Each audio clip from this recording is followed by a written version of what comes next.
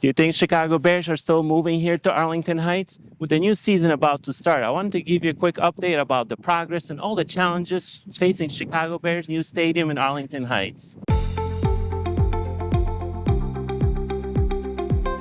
Hey, for those who do not know me or never watched our channel before, my name is Mike Zapart and I'm a local real estate agent here in Arlington Heights. I'm also an avid Bears fan and I cannot wait for the new season to start. So what's happening with the new Chicago Bears Stadium? As you can see, the land behind me has been laying dormant here for about 3 years now. So are you concerned about the Chicago Bears coming to Arlington Heights? Are you worried about all the construction traffic? Or you're kind of like me, excited about the new games being played right behind me and you can take your family to the games? This video is just for you.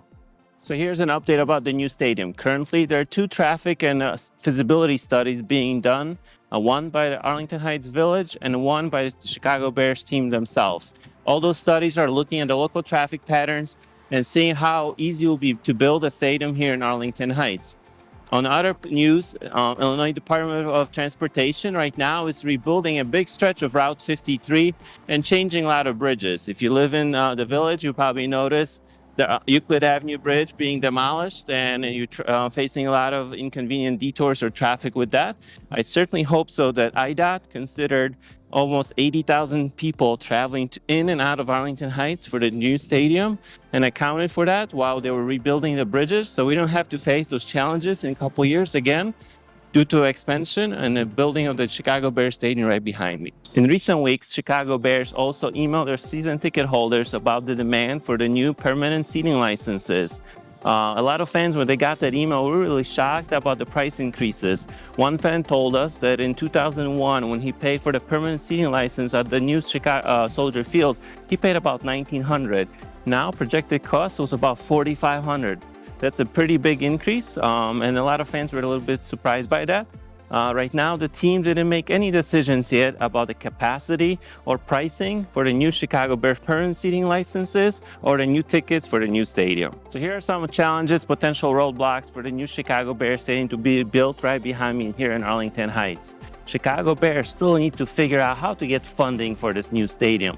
The recent proposal was in front of the Governor Pritzker and was shut down right away and labeled as non-starter. Also, in order to get any funding from the state of Illinois, Chicago Bears have to get an approval from the Illinois State Senate. Just imagine all those senators, they're representing the local areas in Chicago where the Bears are trying to leave, and they're going to leave those areas with pretty big deficit. I don't think they're going to be very keen on that proposal. They're not going to support this proposal. So the Bears might have a hard time getting any funds from state of Illinois. So this is a big challenge for them. They got to figure out how to pay for this project. And with a projected timeline of construction about 3 years, they're hoping to start the project in 2025, but we're getting closer to the end of the year. So the shovels might not go into the ground until 2026.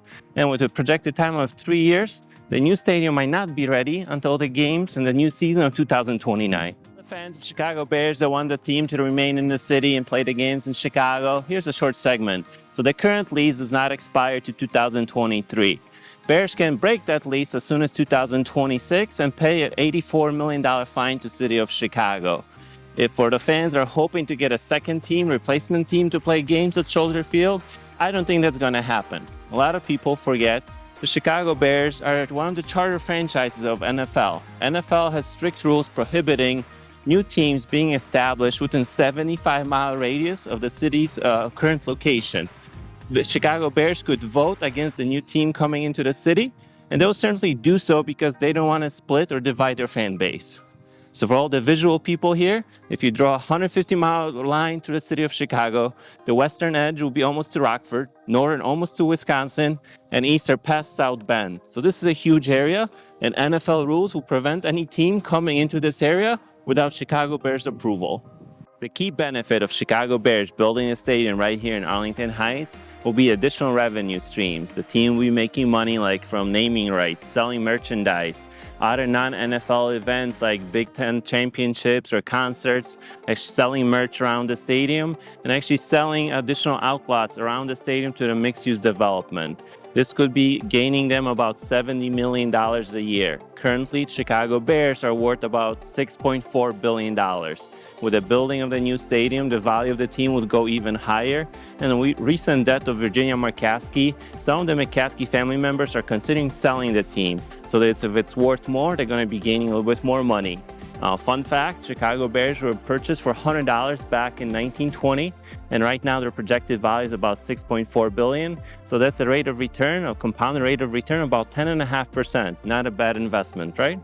So here are my thoughts about the stadium. If you look strictly from a real estate perspective, would you rather be a renter, rent an expensive place downtown right by the lake, and keep paying rent to your landlord? Or if you already have the lot here in the suburbs, would you build your new home here so you'd be in a full control and actually gain additional money from all the prospective income sources and renting the stadium to other non-NFL events and collecting money from businesses they're going to build around the stadium?